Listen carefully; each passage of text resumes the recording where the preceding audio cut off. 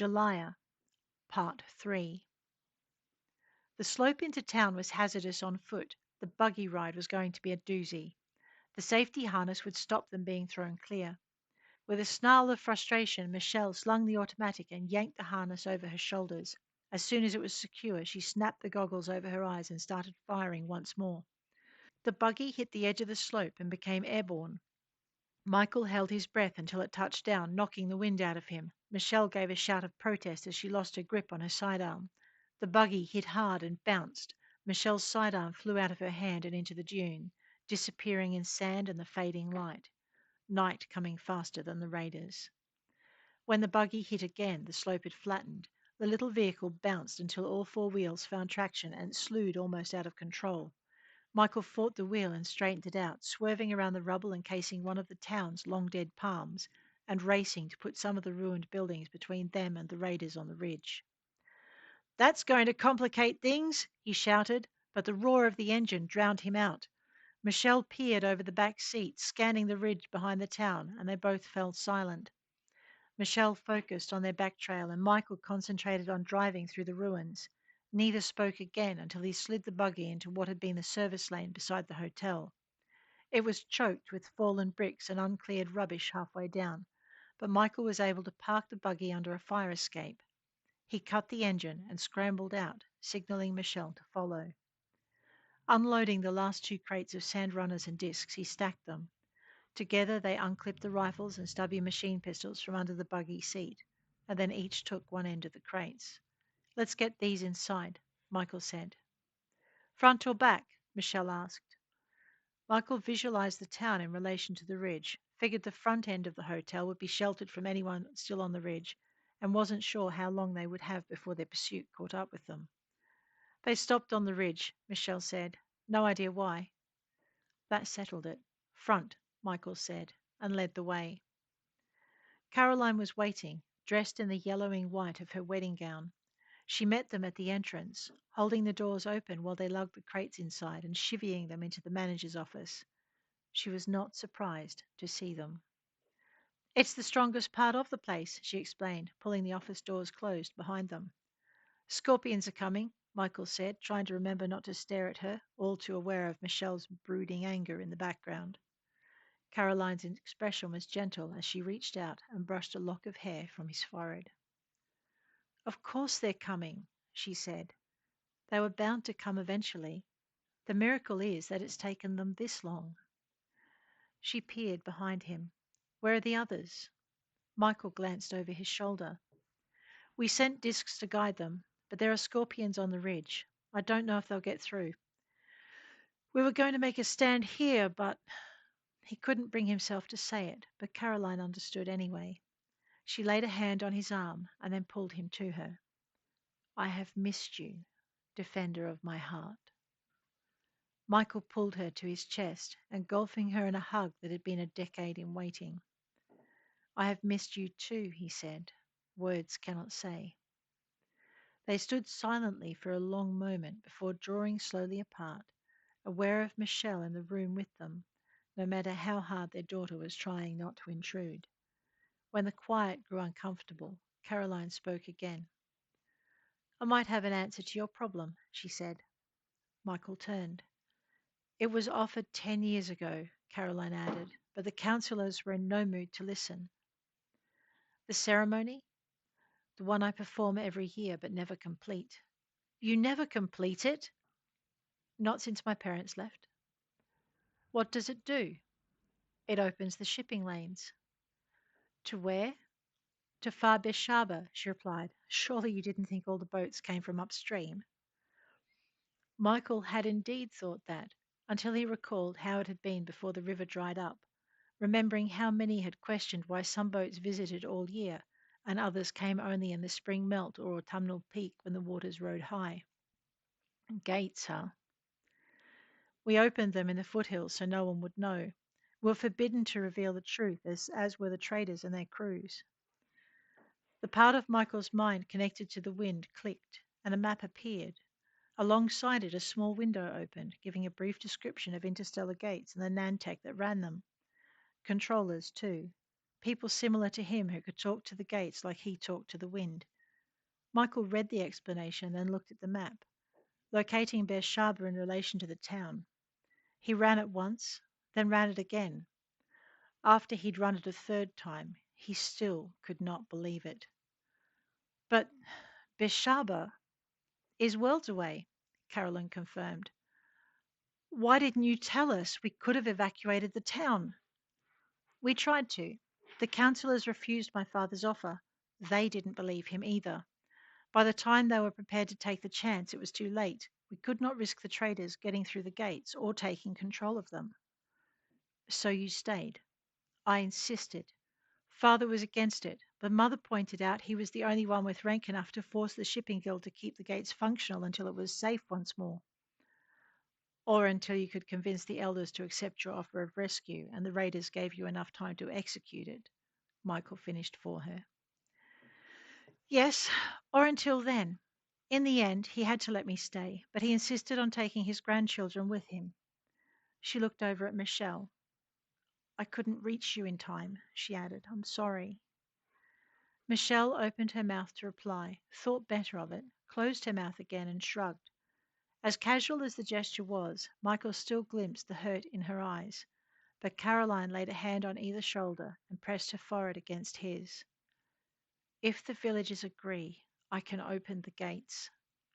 He stilled, closed his eyes, and sifted through the questions clamoring in his head. He chose one, opening his eyes to meet the plea in her gaze. How long will it take? He asked, remembering staying whole nights on the ridge just to watch her dance. It'll take less time now that I don't have to go right to the edge of town. How much less time? Michael demanded. An hour. Is that all? To complete it? Yes, Caroline said. Michael was baffled. Then why did it take so long before? Caroline blushed, her glance toward him full of shy mischief. Before? It took me so long before because I danced for you. For me? I did not want you to forget me. Michelle snorted, and Caroline glanced toward her. I did not want you to forget me either, she said. You left me. Michelle's answer was clipped just shy of outright rudeness. How could I forget that? I had no choice, Caroline told her, and I remembered your birthday every year. I dedicated weeks to remembering you. At Michelle's look of disbelief, Caroline rose from her seat. Come. Michelle cast a questioning glance toward her father as Caroline moved toward the inner door. He shrugged and indicated she should follow, and after a moment's hesitation, the girl trailed in her mother's footsteps. Michael gave them a short head start before trailing in their wake. He was curious to see what Caroline had planned. He followed as Caroline led Michelle up to the second floor. It consisted of 20 rooms arrayed along a single corridor. Michael hesitated at the head of the stairs and let the two women reach the end of the first corridor before taking the final step to the landing. Moving ghost quiet, he stepped into an alcove, listening to Caroline as she spoke. This was for your 9th birthday. You'd wanted a doll. I left the money on the counter of Cal's trading post and took it. You liked butterflies, so I painted you a picture. Michael heard Michelle gasp, and then Caroline was moving, giving their daughter no time to comment further. Come, you can take your time to look later. Michael pulled back into the alcove as he heard Caroline cross the floor to the door. When she exited the room, she merely walked to the next one and unlocked it. Michelle followed, pulling the door to her 9th birthday room, closed behind her. For your 10th birthday, I thought long and hard. I wanted so very much to surprise you, but with the trade routes closed, but this was the best I could come up with. Peering round the corner, Michael saw his daughter hesitate before following her mother through the door. He waited for a heartbeat, and then Michelle gasped. It's perfect, Mama. I would have loved this when I was 10. I love it now. There was a muffled sob. Caroline, Michael thought. I missed you so much, his fiancée murmured. I knew you were mad at me, just as I knew I couldn't leave. I love you and your papa so much. I'm sorry, Mama. I didn't know. Papa never told me. And now, Shell, he amended, listening for Caroline's answer. Your papa never knew, Caroline said. He never came this far. Oh, I thought, I thought he was gone so long, all night. I thought he went to you. I would ask him if he'd seen you, and he always say yes. I thought he left me behind so he could visit you every year. Caroline laughed, but it was a sad sound. He saw me every year, she said, but he would never come down off that damn hill of his. I wish I'd known, Michelle said. You were mad at him too, huh? I was mad at you both, Michelle said. So mad I couldn't understand why. Neither could your papa, Caroline said. I never told him why. I still can't. Why not? Not until we're married. Only then will it be safe.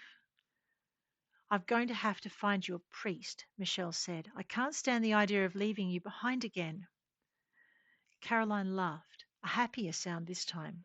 Come, we cannot keep your papa waiting. I'm sure he'll become tired of standing outside the door soon. Michael jumped. How could she know? He'd been quiet enough.